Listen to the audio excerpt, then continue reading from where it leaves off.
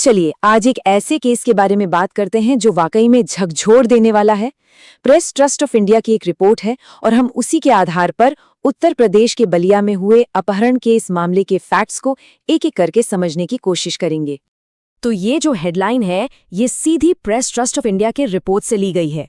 और सच कहूं तो ये सिर्फ कुछ शब्द नहीं है, ये अपने आप में उस पूरी भयानक कहानी की शुरुआत है जिसके बारे में हम बात करने वाले हैं। तो कहानी शुरू कहाँ से होती है? सबसे पहले जाहिर है अपहरण से।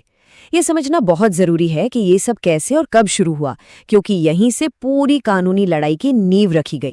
अब इस टाइमलाइन को देखिए। घटना होती है 14 अगस्त को और पुलिस में केस कब दर्ज होता है?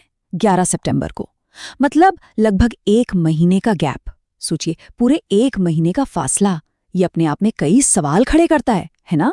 तो अपहरण के बाद पीड़िता के लिए 2 महीनों का एक बहुत ही भयानक दौर शुरू हुआ। अब हम उसी मुश्किल वक्त पर नजर डालेंगे जब उसे कैद में रखा गया था, और ये इस केस का शायद सबसे परेशान करने वाला हिस्सा है। और बात सिर्फ एक गांव या एक जिले की नहीं थी। आरोपी लड़की को सैकड़ों किलोमीटर दूर उत्तर प्रदेश से सीधा कर्नाटक ले गया। सोचिए, एक राज्य से दूसरे राज्य। इस चीज ने इस पूरे अपराध को और भी ज्यादा पेचीदा बना दिया।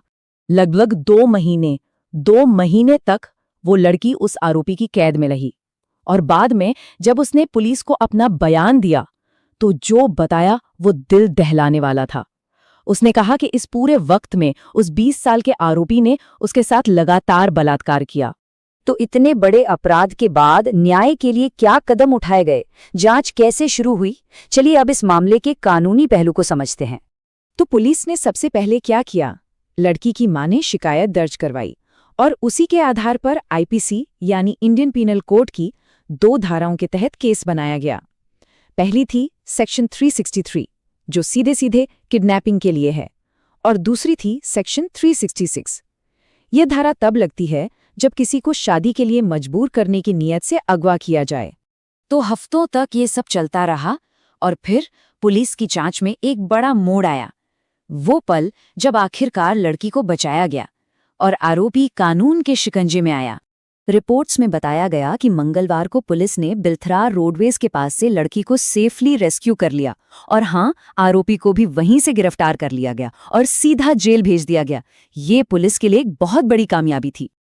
लेकिन कहानी यहाँ खत्म नहीं होती।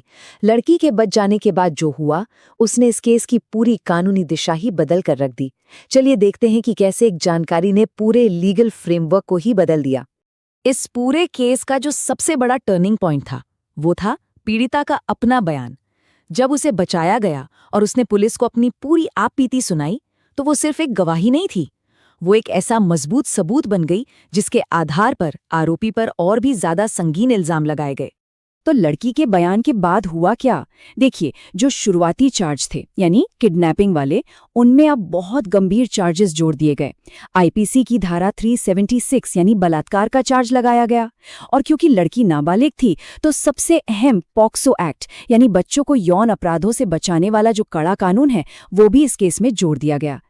तो ये पूरा मामला हमें एक बहुत ही जरूरी सवाल पर लाकर छोड़ देता है। एक समाज के तौर पर हम ऐसे अपराधों से अपने लोगों को, खासकर सबसे कमजोर लोगों को, कैसे बेहतर तरीके से बचा सकते हैं? इस केस के जो तथ्य हैं वो हमें सिर्फ कानून के बारे में नहीं, बल्कि हमारी सबकी एक सामूहिक जिम्मेदारी के बारे में भी सोचने पर मजबूर करते हैं।